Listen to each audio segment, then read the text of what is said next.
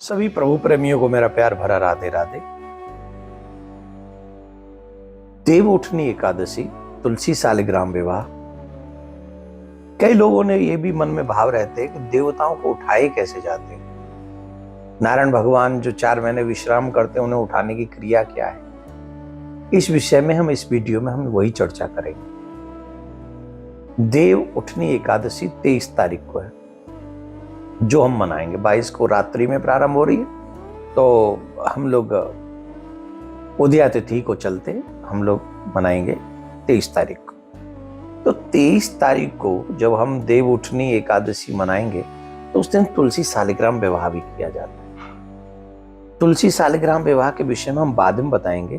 पहले हम बताते हैं कि भगवान को, देवताओं को उठाने की क्रिया क्या है, कैसे उठाया जाता है। पहली बात तो भगवान कभी सोते नहीं है, पर फिर भी क्योंकि हम लोग मानते हैं कि 4 महीने नारायण भगवान विश्राम करते हैं और शिव भगवान जो है भोले बाबा सृष्टि का संचार करते हैं। तो जब भगवान विश्राम कर रहे हैं, तो आपको ये भाव रखना चाहिए कि भगवान विश्राम कर रहे हैं। जैसे आपके घर में कोई बालक विश्राम करता है, तो आप उसे बड़े प्यार से उठाते, भैया उठ जाओ, बच्चे उठ जाओ, अब जो है तुम्हें स्कूल जाना है, अब तुम्हें काम पे जाना है, आदि आदि कैसे भाव रखते हो।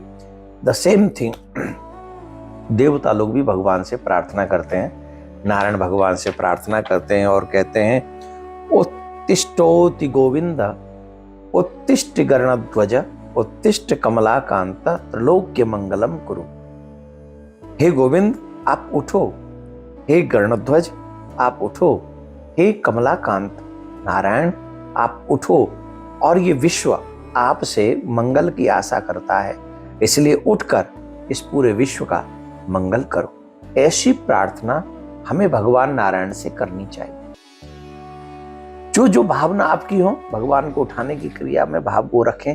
और एक और बात, हमारे गांव में जब हम बहुत छोटे थे, हमने देखा था माताएं बहन अपने घर में गेरुआ से, और क्या बोलते उसको, सफेसी जो होती थी वो एक और आती थी, वो खड़िया और गेरुआ, इनसे वो देवताओं का वो आकार बनाते थे, जो पूरे घर को, आंगन में भी, घर के द्वार के बाहर भी। आजकल उसे रंगोली कह सकते हैं आप। नाना प्रकार के रंगों से अपने रंगोली बना कर आप अपने घर को सजा सकते हैं। और ये भाव रखें कि भगवान आज विश्राम में से उठेंगे, भगवान हमारे घर में पधारेंगे, और भगवान हमारे घर में पधारेंगे, इसलिए अपने घर को रंगोली से, प्रमुखतः द्वार पे अवश्य रंगोली बनाएं, और आंगन में रंगोली बनाएं अगर घर का आंगन है, और उसके बाद मंदिर में जरूर रंगोली बनाएं।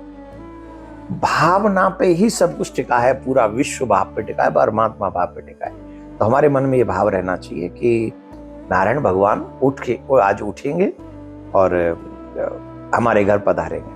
और जब आप उन्हें उठाने के लिए बार बार प्रार्थना करें, हे गोविंद आप उठो, हे गरुड़ध्वज आप उठो, फिर अपने घर में, मंदिर में भगवान को उठाएं, और उसके बाद में उनका अभिषेक करें। अभिषेक के बाद पंचामृत का अभिषेक कराएं, और नए वस्त्र उनको धारण कराएं, चंदन लगाएं, कुमकुम लगाएं, केसर का तिलक लगाएं, फिर भोग लगाएं, माखन मिश्री आज जो भी आप लगाते हैं, मिठाई का, फल का। प्रयास ये करें बाजार की मिठाई से बढ़िया आप अपने घर में कोई मिठाई बनाएं, कुछ नहीं तो खीर बना लें, हलवा बना लें, और हलवा पूड़ी का भोग नारायण भगवान को लगाएं, केला का भोग लगाएं, जो भी स्वाद आप अच्छे से मीठा बना सकते बनाएं।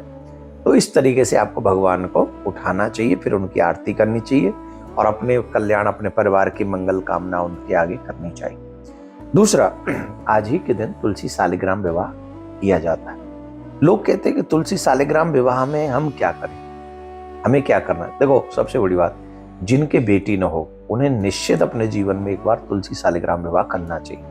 संपन्न है तो हर साल करो, अगर संपन्न नहीं हो तो जीवन में एक बार तुलसी सालिग्राम विवाह अवश्य करना चाहिए। अब उसमें विधान यह है कि जो खर्चा हम अपनी सामर्थ्य अनुसार अपनी बेटी के विवाह में करते हैं, वही खर्चा डुक्टो सेम, वही लोगों को बुलाना, उनको भोजन कराना, फिर अपनी बेटी समझ के वृंदा जी को, तुलसी जी को, उनके लिए वो दान दहेज देना, जो हम अपनी बेटी को लेकर करते हैं।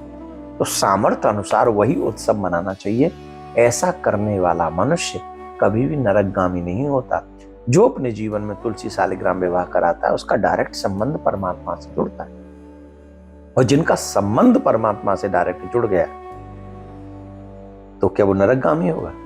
इसलिए जीवन में अगर बेटियां हैं भी तो भी जीवन में एक बार शालिग्राम विवाह, तुलसी शालिग्राम विवाह करें, नहीं है तो अवश्य करें और अपना भाव रखकर तुलसी शालिग्राम विवाह।